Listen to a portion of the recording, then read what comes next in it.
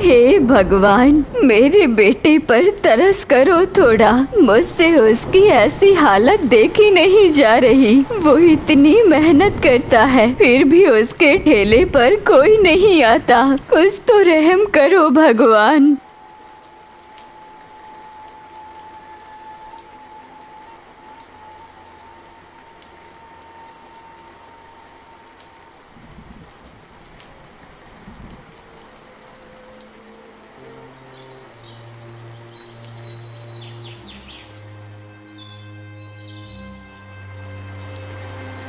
पकौड़े ले लो, गरम गरम पकौड़े, ताजा ताजा पकौड़े, पकौड़े ले लो, पकौड़े ले लो।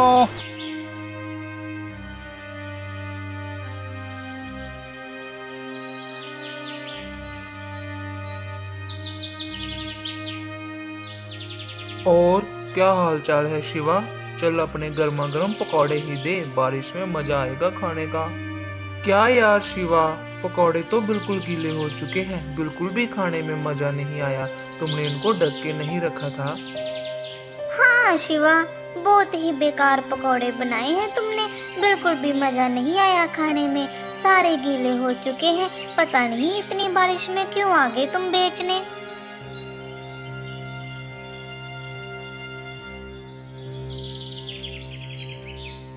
पता नहीं कैसे गीले हो गए पकौड़े। मैंने तो अच्छे से ढक कर रखे थे। भगवान, तू मेरे साथ ऐसा क्यों करता है? अब कल कैसे बनाऊंगा पकौड़े? मेरे पास तो बेसन भी नहीं है बनाने को। कुछ तो बिक जाता आज, तो कल के लिए बेसन ले आता भगवान। शिव दिन भर मेहनत करता है, मगर किसी को उसके पकौड़े पसंद नहीं आए। बारिश की वजह से उसके पकौड़े कम बिकते हैं। वो थक कर घर की ओर चला गया। शिव गीला गीला घर लौटा और उसकी माँ उसको देखकर चिंता में पड़ गई। क्या हुआ बेटा, आज कुछ आमदनी हुई या नहीं? लोग पकौड़े खाने आए क्या? माँ, मैं हार गया। ये बारिश ने तो मेरे पकौड़ों का स्वाद ही खत्म कर दिया है। अब क्या करूँ माँ, मुझे कुछ समझ नहीं आ रहा। माँ, आज मुझे मंदिर ले चल, क्या पता भगवान ही हमारी सुन ले। ये तो परेशानी की बात है बेटा। अगर ऐसा चलता रहा तो हम घर का खर्चा कैसे करेंगे?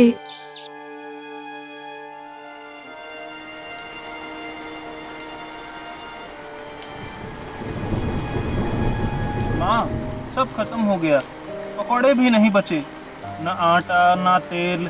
लेकिन मैं वादा करता हूँ, कल तेरे लिए पकौड़े तलूंगा, चाहे कुछ भी हो जाए। शिव ऐसी सोच ही रहा था कि तभी एक बूढ़ा आदमी आया। बेटा, कुछ खाने को मिलेगा? बहुत तेज भूख लगी है। नहीं बाबा, खुद भी भूखा हूँ, लेकिन अगर होता तो पहले आपको ही दे देता। मैं गरीब भला आपको क्या खिलाऊंगा? हम तो मंदिर आए थे और बारिश की वजह से यहाँ फंस गए हैं और अब घर भी नहीं जा पा रहे। उसने एक बोरी शिव को दी और बोला, ठीक है बेटा, कोई बात नहीं, मगर तुम्हें जो मैंने जो बोरी दी है, इसको हल्के में मत लेना। भूखे पेट वालों के लिए ये कभी खाली नहीं जाती।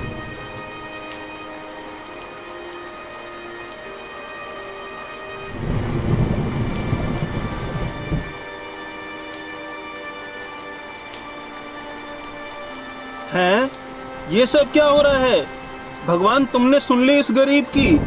अब सामान मिल गया है, कल पकौड़े भी अच्छे से बनेंगे। क्यों ना आज बाबा का दिया हुआ सामान बोरी में इस्तेमाल करता हूँ। पकौड़े ले लो, गरम गरम पकौड़े, ताजा ताजा पकौड़े, पकौड़े ले लो, पकौड़े ले लो। शिव बूढ़े बाबा की दी हुई बोरी के सामान से पकौड़े बनाता है। पूरे गांव में उसके पकौड़ों की खुशबू फैल जाती है। पकौड़े ले लो, गरम गरम पकौड़े, ताजा ताजा पकौड़े, पकौड़े ले लो, पकौड़े ले लो। अरे शिव भाई, आपका ठेला तो आज भी यहीं पे है। मैंने तो कल सुना था आपके सारे पकौड़े गीले हो गए थे और ग्राहक भी नाराज होके चले गए थे। चलो, आज मौसम अच्छा है, मुझे भी एक प्लेट पकौड़े दे दो। हाँ, कल बारिश की वजह से पकौड़े गीले हो गए थे, मगर आज बिल्कुल ताजे हैं। अच्छा, तो ठीक है शिव भाई, एक प्लेट मुझे भी ला दो, जल्दी जल्दी बहुत भूख लगी है। कल तो लोगों ने बहुत शिकायतें की थी, लेकिन आज के पकौड़े एकदम गर्मा गर्म हैं।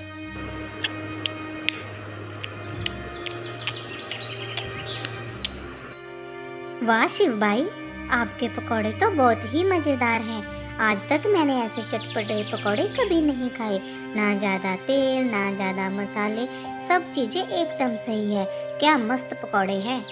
अरे इतनी तारीफ, शुक्रिया। आज का दिन वाकई में अच्छा लग रहा है।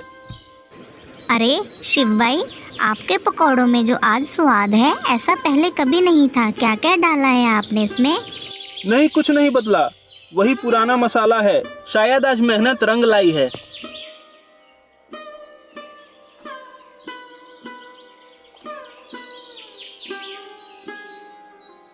पकौड़े ले लो, गरम गरम पकौड़े, ताजा ताजा पकौड़े। पकौड़े ले लो, पकौड़े ले लो। ग्राहक पकौड़े खा के चला जाता है और रास्ते में आते जाते लोगों से कहने लगता है। धीरे धीरे लोग ठेले की ओर आने लगते हैं। एक के बाद एक ग्राहक पकौड़े खरीदते हैं और हर कोई तारीफ करता है। वाह वाह शिव, कल तो तुम्हारे पकौड़े गीले थे, मगर आज तो तुमने बाजी मार ली है। तुम्हारे पकौड़े बहुत ही स्वादिष्ट हैं। और पैक कर दो, मैं अपने बच्चों के लिए लेके जाऊंगी। अरे इतनी तारीफ, अब बस थोड़े से पकौड़े बचे हैं। जल्दी जल्दी ले लो भाई, वरना सब खत्म हो जाएंगे। देखते देखते ठेले पर भीड़ हो जाती है और कुछ देर में सारे पकौड़े बिक जाते हैं। वो थक गया था, मगर चेहरे पर संतुष्टि की मुस्कान थी। आज तो भगवान की कृपा हो गई मुझ पर। लगता है बाबा का दिया हुआ सामान वाकई में बहुत खास है, तभी तो लोगों को मेरे पकौड़े इतने पसंद आए हैं। चलो जल्दी जल्दी घर जाकर माँ को बताता हूँ। शिव दिन भर की कमाई के साथ खुशी खुशी घर लौटा। माँ, ओ माँ, सुनो मेरी बात। क्या हुआ बेटा? आज तो तुम्हारा चेहरा चमक रहा है, जैसे कोई खजाना मिल गया हो। आज तेरे बेटे के सारे पकौड़े बिक गए और पैसे भी अच्छे मिले। सच में? ये तो बहुत अच्छी खबर है बेटा। कल तो लोग शिकायत कर रहे थे, फिर आज ये कैसे हो गया? लगता है कोई भगवान का चमत्कार ही है।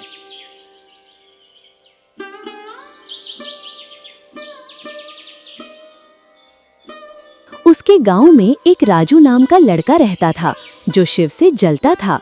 जब उसको पता चला कि शिव के ठेले पर पकौड़े बिकने लगे हैं, तो उसको बहुत जलन महसूस हुई। ऐसे ही कुछ दिन बीत गए। शिव का काम अब अच्छा चल रहा था, मगर राजू को ये सब देखकर अच्छा नहीं लग रहा था।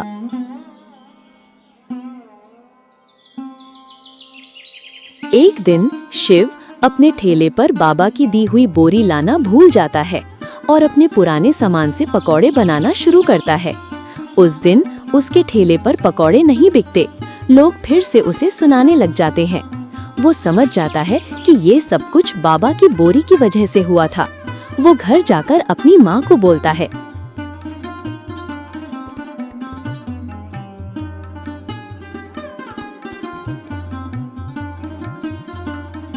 क्या हुआ बेटा? उदास क्यों है इतना? माँ, फिर से आज कुछ नहीं बिका। लोगों को आज पकौड़े फिर से पसंद नहीं आए और कोई मेरे ठेले को देख तक नहीं रहा था। माँ, लगता है ये सब उस बाबा की दी हुई बोरी का कमाल है। माँ, उस बाबा की बोरी ने सब बदल दिया। मैं अब उसे रोज ठेले पर रखूंगा। हाँ, मुझे भी लगता है वो बाबा ही हमारी जिंदगी में कोई चमत्कार कर गया है। ये सब उसी बाबा की वजह से हो रहा था। तुम अभी ज्यादा मत सोचो और अपनी मेहनत पर ध्यान दो। भगवान कोई ना कोई रास्ता जल्दी निकाल देंगे। तुम्हारी मेहनत जरूर रंग लाएगी एक दिन। मगर बाहर बाहर राजू ये सब बातें सुन लेता है। ओह अच्छा, तो अभी पता चला इसके ठेले पे पकौड़े कैसे बिकने लगे। अब मुझे ये बोरी चोरी करनी पड़ेगी। अगले दिन जब शिव ठेला तैयार करता है, तो राजू बोरी चुरा के अपने घर ले जाता है। ए बोरी, चल इसमें से बहुत सारे पकौड़े निकाल, मुझे भी तो अमीर बनना है। ए सुन रही है ना बोरी, चल पकौड़े निकाल इससे, जल्दी कर। बोरी से पत्थर निकलते हैं। एक पत्थर उसके सिर पर गिरता है, चीखता है। शिवा फिर बोरी ढूंढता है। गांव का बच्चा आता है।